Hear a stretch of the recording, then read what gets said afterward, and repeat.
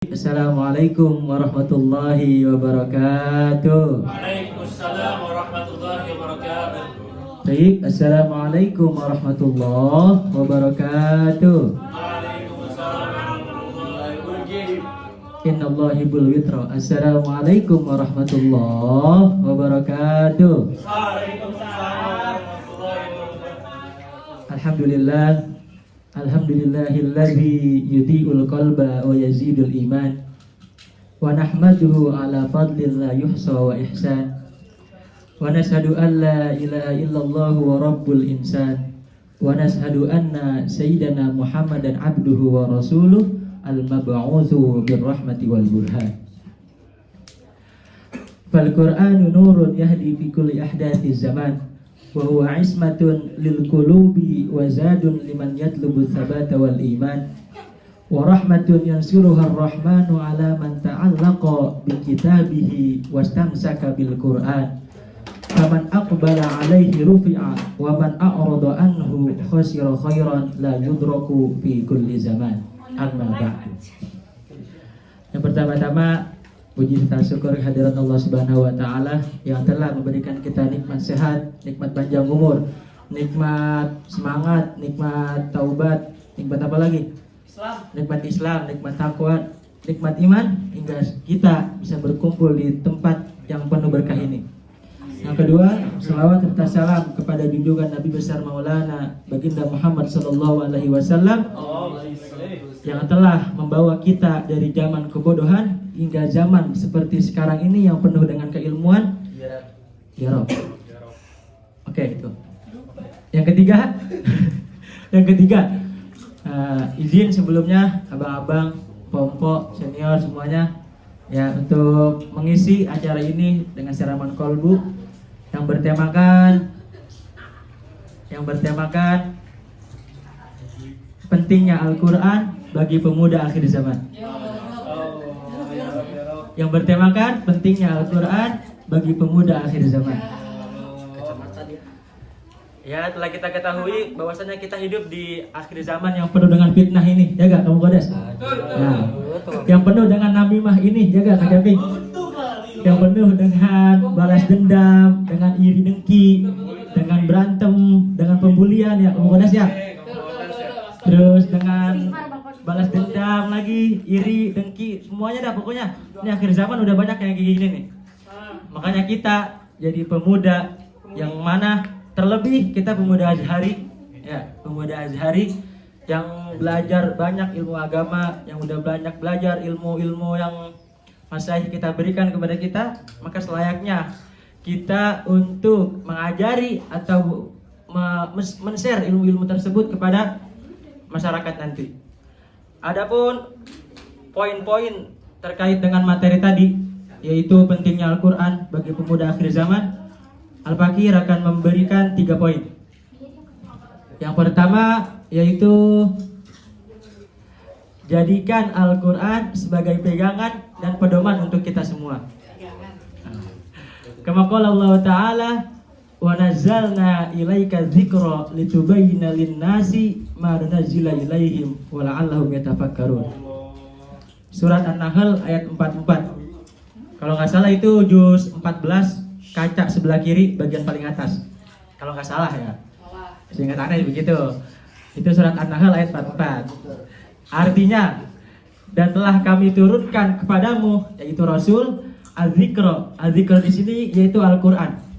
Litubayyana lin-nas, untuk kamu ajarkan kepada manusia ma nuzila ilaihim, apa yang kami turunkan kepada mereka. Wa la'allahum yatafakkarun, agar mereka bisa berpikir. Di cuplikan video Profesor Dr. Quraisyah pernah berkata bahwasannya turunnya atau penurunan Al-Quran itu bukan hanya sebagai bacaan biasa, bacaan ibadah biasa, bukan hanya sebagai bacaan di sholat, bukan hanya sebagai bacaan di setiap ceramah dan lain-lain, akan tetapi Al-Quran juga bisa menjadi pedoman aplikatif dalam berbagai aspek. Entah itu di ilmu akidah, entah itu di ilmu syariah, entah itu di ilmu moral atau bahkan sosial dan lain-lain. Kalau yang belum tahu apa itu aplikatif, aplikatif itu sesuatu yang bisa diterapkan oleh praktek. Jadi kita nih, ya, pemuda-pemuda yang mungkin ntar di antara antum mau dakwah segala macam, ya itu atas dasar Al-Quran gitu. Ilmu syariah, ilmu akidah, ilmu sosial, ilmu moral dan lain-lain itu kita mendakwanya asal atas dasar Al-Quran. Kayak gitu. Lanjutan dari cuplikan video Profesor Dr. Quraish Shihab, Al-Quran itu disebut juga huda, bukan kuda. Ya, Al-Quran itu huda, bukan kuda. Jadi Al-Quran itu petunjuk bagi umatnya. Oke? Nah,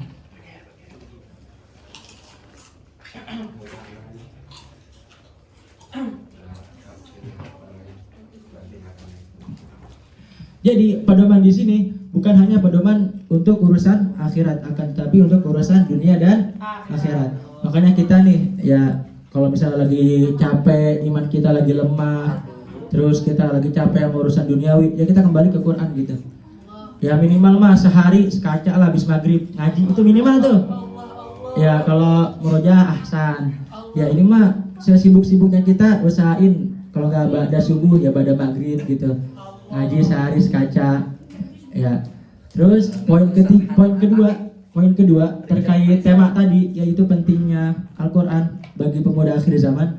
Poin kedua itu menjadikan Al-Quran itu kebiasaan kita, atau kaitkan semua urusan kita dengan Al-Quran, entah itu urusan duniawi ataupun ukhrawi. Tapi urusan duniawi sini yang halal ya. Jangan misalnya lagi pacaran sambil majlisan, itu nggak boleh. Misalnya pacaran sambil lomba segala macam, itu nggak boleh.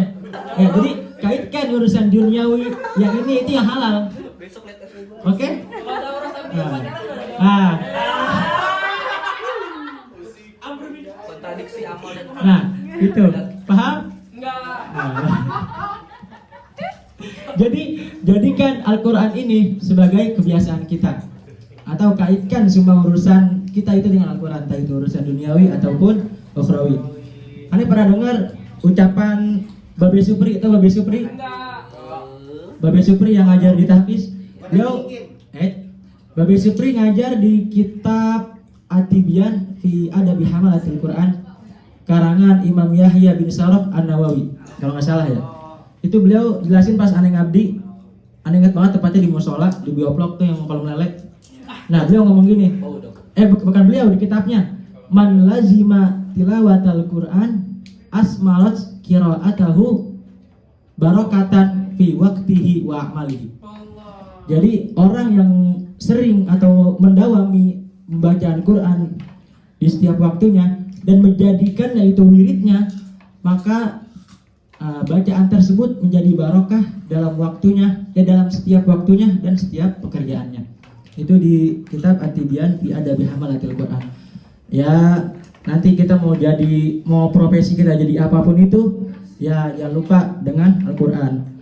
Mungkin nanti Nayaka misalnya jadi bisnis kebuli, harus tetap baca Quran.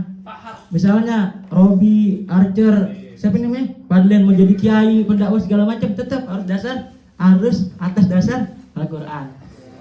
Kayak Zid mau jadi dosen misalnya katanya, itu harus tetap atas dasar Al-Quran. Nah, Kacaping nih mau jadi TL, tour leader, nah itu harus tetap atas dasar Al-Quran. Ya gitu. Nah kalau antum udah jelas, ya pokoknya udah jelas pokoknya.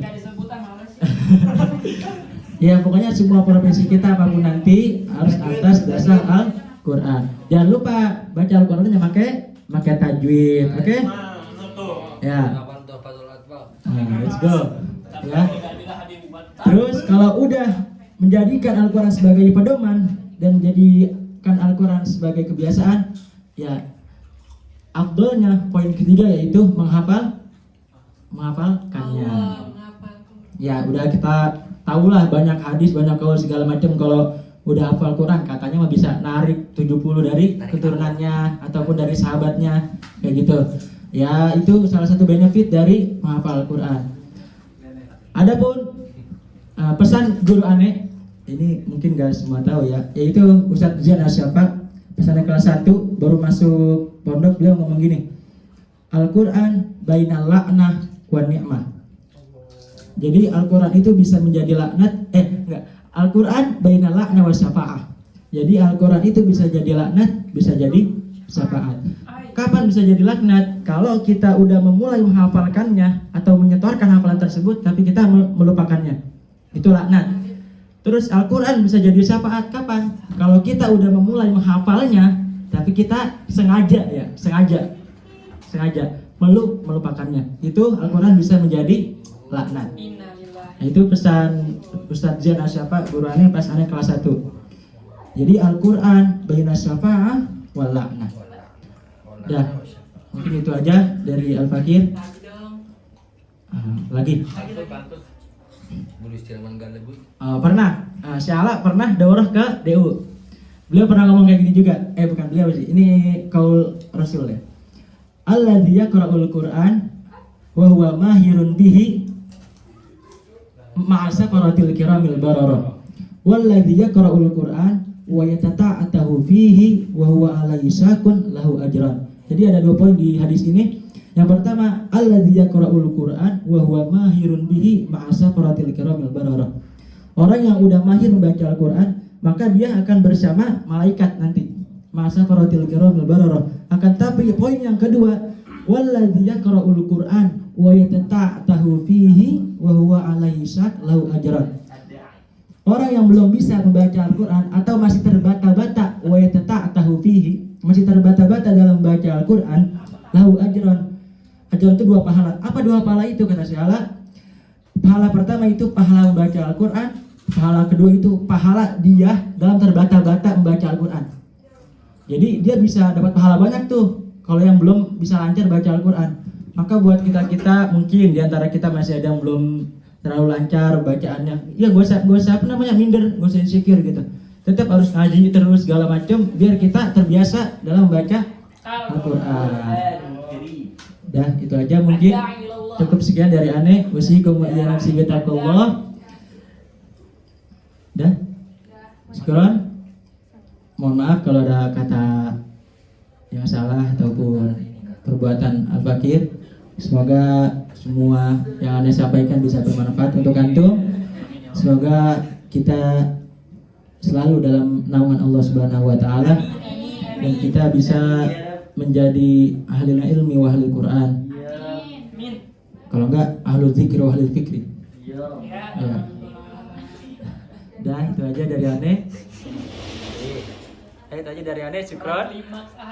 Assalamualaikum warahmatullahi wabarakatuh.